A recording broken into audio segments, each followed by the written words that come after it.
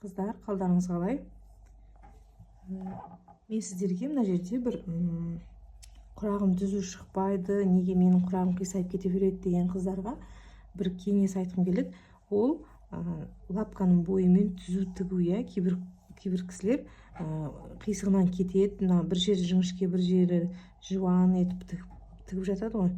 Сол үшін де мысалы құрақтың түзу шықпауы әбден мүмкін.